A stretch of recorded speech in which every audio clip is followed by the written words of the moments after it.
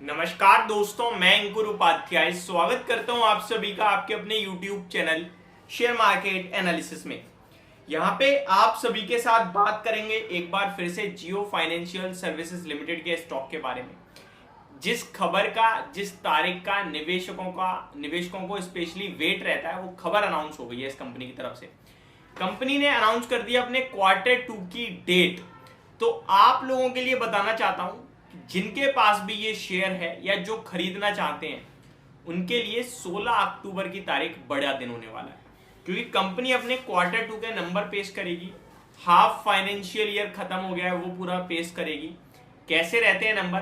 Result से ज्यादा अगर मेरे को किसी चीज का वेट है तो वो ये क्या कंपनी कोई बड़ी अनाउंसमेंट करती है बिजनेस को लेकर, इसका इंतजार कर रहा हूं मैं।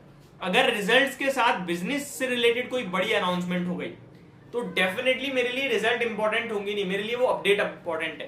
क्योंकि रिजल्ट की बात की जाए तो कंपनी का उतना बड़ा कोई बेस है ही नहीं जो हम कंपनी के प्रॉफिट को या कंपनी के फाइनेंशियल्स को कंपेयर करेंगे। हाँ, मुझे सिर्फ इंतजार किसी अपडेट का है कि कंपनी कह दे कि हमारा इसके साथ मर्जर हो रहा है, कंपनी कह दे हम इस तरीके से अपने प्लान रख रहे हैं आगे अपने कारोबार को ग्रो करने के लिए। कंपनी कोई भी बड़ी अनाउंसमेंट कर दे कारोबार से रिलेटेड, डेफिनेटली ये स्टॉक भागेगा। लेकिन उसके विपरीत कंपनी ने कोई अनाउंसमेंट नहीं करी और रिजल्ट पेश करे, देन डेफिनेटली ये स्टॉक और टूट सकता है। दोनों ही कंडीशंस मैंने आपके साथ शेयर कर दी हैं। अब ऐसे में आम निवेशक क्या करे क्या ना करे, जो फ्रेश खरीदना चाहता है या एवरेज करना चाहता है वो करे या ना करे, इसके बारे में समझते हैं। देखिए, जियो फाइनेंस की और एक और चीज, कल या परसों जब वीडियो बनाई तो लोगों ने कहा भाई पहले प्रॉफिट में आने दो, जो ग्रोथ आप कह रहे हो होगी वो होने दो तब खरीदवाना। तो शेयर का भाव 220 नहीं रहेगा मेरे भाई। शेयर ने एक बार ग्रोथ करना शुरू कर दिया, फिर शेयर का भाव कब 300 350 हो जाएगा पता ही नहीं चलेगा। मार्केट है इसका नाम, शेयर बाजार है इसका नाम। ये फ्यूचर को डिस्काउंट करता है। हमसे पहले इस कंपनी को दिखेगा, इस बाजार को दिखेगा कि ये कंपनी बढ़ने वाली है, ग्रो करने वाली है। शेयर का प्राइस तो पहले शूट कर जाएगा। हमेशा देखना कि स्टॉक का प्राइस खबर आने से पहले, पॉजिटिव खबर से पहले भागता है। अगर सरकार अनाउंस कर देना कि इतना हम पैसा बांटेंगे या इतने ऑर्डर देने वाले हैं इस फील्ड को, उस फील्ड के शेयर्स भाग जाते हैं जिसमें भी ऑर्डर मिला नहीं है, केवल अनाउंसमेंट हुई है। तो ये सारी चीजें आप समझिए बात को। अब जियो फाइनेंस की बात करें, 225 रुपए का शेयर है ये। इस स्टॉक में बाय ऑन डिप्स की स्ट्रेटेजी मैंने बना रखी है। 225 मतलब पर्सनली मैंने आपके साथ जो शेयर करी है वो बता रहा हूँ। 225 करंट भाव से पहला इंस्टॉलमेंट डालना है, 210-15 पे दूसरा इंस्टॉलमेंट डालना है, अगर उसके बाद फिर गिरता है तो और तीसरा डालना है। लगभग 180 तक मैं तैयार हूं से खरीदने के लिए, उसके नीचे मैं नहीं खरीदूंगा, बस होल्ड करूंगा। मेरा लॉन्ग टर्म का टारगेट पहला 300 रुपए का है। छोटे टारगेट की बात करूं तो एक वीडियो शेयर करी थी जिसमें मैंने पहला टारगेट 270 का दिया था, दूसरा 300 रुपए का दिया था। वहीं अगर मैं लॉन्ग टर्म की बात करूं, लगभग 2 साल अगर कोई वेट कर सकता है तो ये 400 और 500 रुपए का होने का दम रखता है।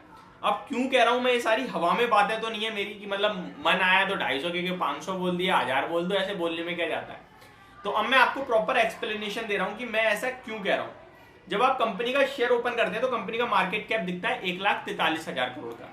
कंपनी का 1,20,000 करोड़ की तो इक्विटी है, 23,000 करोड़ का मार्केट कैप है कंपनी के कारोबार के हिसाब से। कितना है? 23,000 करोड़ का। ट्रस्ट मी, अभी 300 करोड़ की सेल है इस कंपनी की। इन केस जैसे ही इस कंपनी का कारोबार बढ़ता है, 10,000 करोड़ की सेल आ गई, तो आप मेरे को बताओ 10,000 करोड़ की सेल पे क्या 23,000 करोड़ का मार्केट कैप होगा? नहीं ना, ये 50,000 करोड़ का हो जाएगा।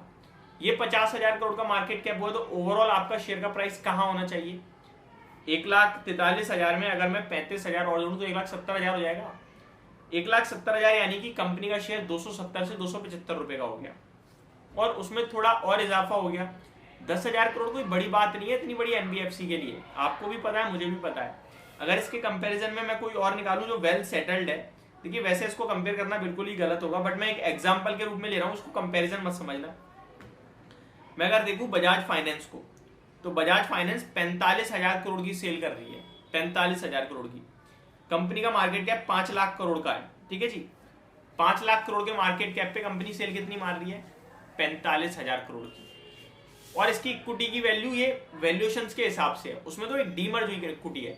तो मैं ये कह रहा हूं कि यहाँ पे आप 10 गुना अगर वैल्यूएशन दे रहे हो तो वहां 10,000 की पे 5 वैल्यूएशन तो दूंगा मैं, 50,000 का मार्केट कैप तो दे दोगे आप। ये सारी चीजें देखते हुए 2 लाख करोड़ का मार्केट कैप दिखता है मुझे। जिस हिसाब से शेयर का भाव 325 रुपए का हो गया। तो मेरे को लगता है डेफिनेटली ये शेयर यहाँ पे होल्ड करने वाला है और बाय ऑन डिप्स करने वाला है। बाकी रिजल्ट्स के बाद हम फ्रेश एग्रेसिवली खरीदारी या सेलिंग के लिए तो बोलेंगे नहीं, या तो एग्रेसिवली खरीदारी करनी होगी और अगर भाग गया तो फिर वेट करना होगा, बस यही होगा। तो ये मेरी तरफ से आपके लिए पूरी की पूरी जियो फाइनेंस के स्टॉक के ऊपर वीडियो। होप आपको सारी चीजें समझ में आई होंगी। Thank you so much for watching this video. Have a great day guys.